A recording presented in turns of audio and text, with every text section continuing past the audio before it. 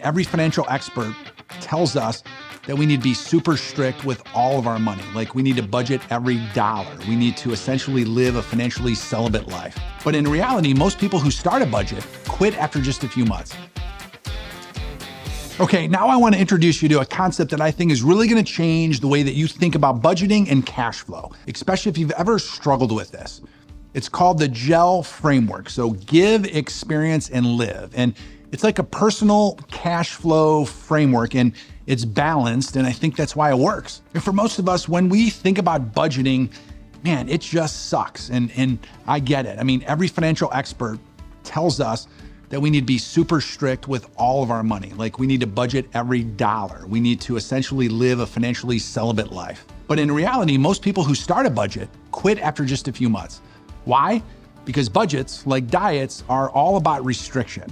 And as we've learned from working with thousands of people with their health in age 40, restriction is not the path to long-term success. Like we don't want to live that way. We're after abundance. But to get there, we've got to understand cash flow.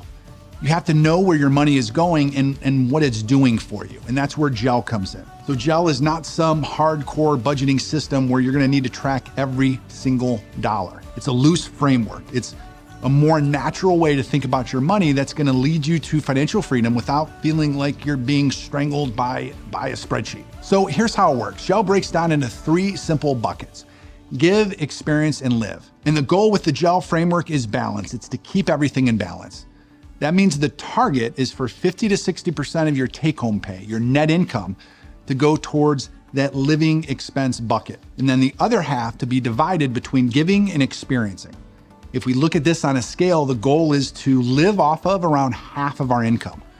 But if your basic living expenses are 65, 70, even 75%, then there's not going to be enough room left over for the other half of GEL. So let's dig into our living expenses. So housing is probably going to take around 20 to 25% of our total net income.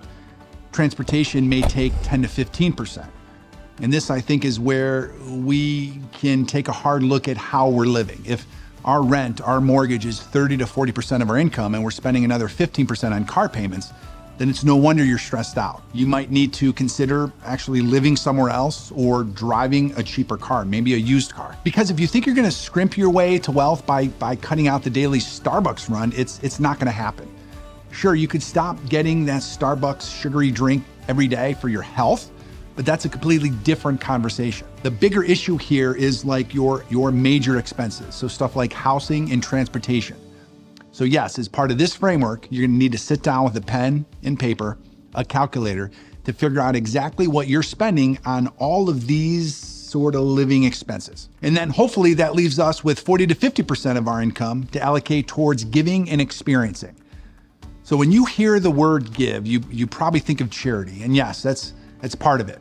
But giving goes way beyond just giving to someone else. Think of it like this. Every dollar that comes into your life is cash flow. And what you do with that cash flow determines what comes next. When you give money, whether it's to a nonprofit, a new business, an investment account, or even investing in yourself, you're gifting your future self. And I think that's a huge epiphany for most people. We're not just talking about giving money to church or charity or someone else. We're talking about giving to our future selves.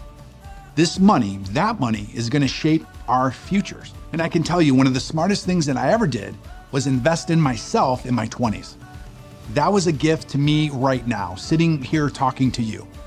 That investment built this company in this life. So it's not just about giving to others. When we're saving and investing, we're creating the conditions for freedom that are going to happen later on in life. And that's a powerful mental shift.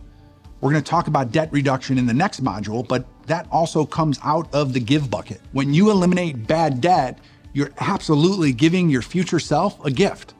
And I think some people don't allocate much to this give bucket because they think they just don't have enough yet. But here's what I'll say. You don't have enough because you're not giving enough. There's something psychological, something even spiritual when you give more. It's like the universe conspires to help you out, to prop you up. And we've seen this time and time again. Just last year, our church needed some money for a big project and we gave them a chunk. And at the time, I didn't think much about it. It just felt like the right thing to do. But then that fall, we had some of the best, most incredible weather in Northeast Ohio ever, which was perfect for our family farm. We broke records across the board. So crops, apples, pumpkins, revenue, hay rides, attendance. I don't know if this was divine intervention or just coincidence, but I really believe that when you give, good things come back to you. So I want you to think differently about giving now. It definitely includes giving to others, giving causes that matter to you, and it also includes giving to your future self and family. The last part of the GEL framework is experience, and this one is fun, man. I truly believe that the absolute best part about life is experiencing the world with people we love. Life is meant to be lived and enjoyed, and the world, as beautiful as it is, was made for us to explore. But some people, I think, treat their money like it's something to hoard, like they're just protecting it. They're psychologically afraid to spend it on anything that could bring them joy today. And with GEL, we're gonna allocate some of our cash flow to experiencing life, enjoying it like right here, right now. This is all about lifestyle design, not just retiring with this big pot of gold someday.